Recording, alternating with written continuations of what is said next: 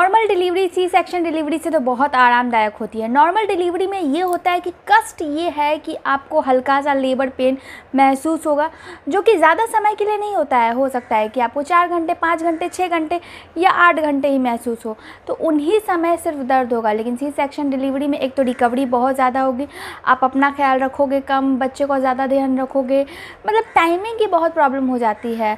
या तो आप अपना ख्याल नहीं रख पा रहे हो, खासकर जो सिंगल है घर में, वो सी सेक्शन डिलीवरी से इसलिए डरती हैं कि कोई पार्टनर नहीं है घर में, बच्चे को कैसे संभालेंगी, खुद को कैसे संभालेंगी। रिकवरी में बहुत टाइम लगता है, भारी वजन ज़्यादा उठा नहीं सकते, ज़्यादा चल फिर नहीं सकते, ये काम वो काम नहीं कर सकते। लेकिन नॉर्मल डिलीवरी में ये होता है कि पेन तो सहना पड़ता है, लेकिन उसके बाद सारा कुछ सही हो जाता है, बहुत जल्दी रिकवरी कर लेती हैं महिलाएँ और बच्चे पर भी ध्यान ज़्यादा देती हैं। तो इसलिए नॉर्मल डिलीवरी की महिलाओं की चाह बहुत ज़्यादा होती है।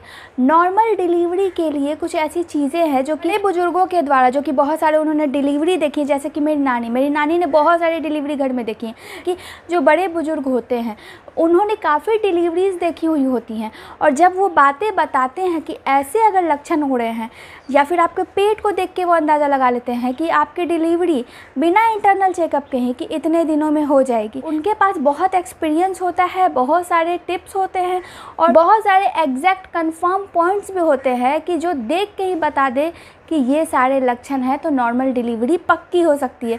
तो कौन से लक्षण है? कई बार क्या होता है कि 9वां महीना जैसे शुरू होगा तो आपको कॉन्ट्रैक्शंस फील होने शुरू हो जाएंगे। ये कॉन्ट्रैक्शंस, ये मैं नहीं बोल रही हूँ कि लगातार आने शुरू होंगे, लगातार नहीं आता है। जो कि मैं अगर अपनी बात करूँ तो मुझे डिलीवरी से 1 हफ्ते में जो है 2 बार कॉन्ट्रैक्शंस फील हुए थे, और वो कॉन्ट्रैक्शंस पेट के निचले हिस्से में ज़्यादा थे। आपको जो पेल्विक एरिया है वहाँ पे हड्डियों में, बोन में अजीब सा टिसन या चुभन जैसा दर्द फील होना शुरू हो जाएगा। ये कुछ सेकंड्स के लिए होंगे, लेकिन आपको ज़रूरत ये है कि आपको पहचानना है कि ये कॉन्ट्रैक्शंस बार बार आ रहे हैं या नहीं। मुझे सिर्फ 1 बार आया, फिर नेक्स्ट अल्टरनेट डेज़ पे करके फिर दूसरी बार आया, और जब थर्ड जो आया था वो लेबर पेन था। तो इस तरीके से कॉन्ट्रैक्शंस को पहचानना है आपको कि जो कॉन्ट्रैक्शंस आ रहे हैं वो रुक गए हैं या फिर कंटिन्यू हैं, कुछ मिनट्स या कुछ घंटे के बाद से फिर शुरू हो गए हैं। तो ये कॉन्ट्रैक्शंस कई बार महिलाएं पहचानती नहीं हैं, हॉस्पिटल चली जाती हैं, वहाँ पे एग्जामिन किया जाता है डॉक्टर के द्वारा और बोला जाता है कि ये सही टाइम नहीं था, ये सिर्फ एक फॉल्स था।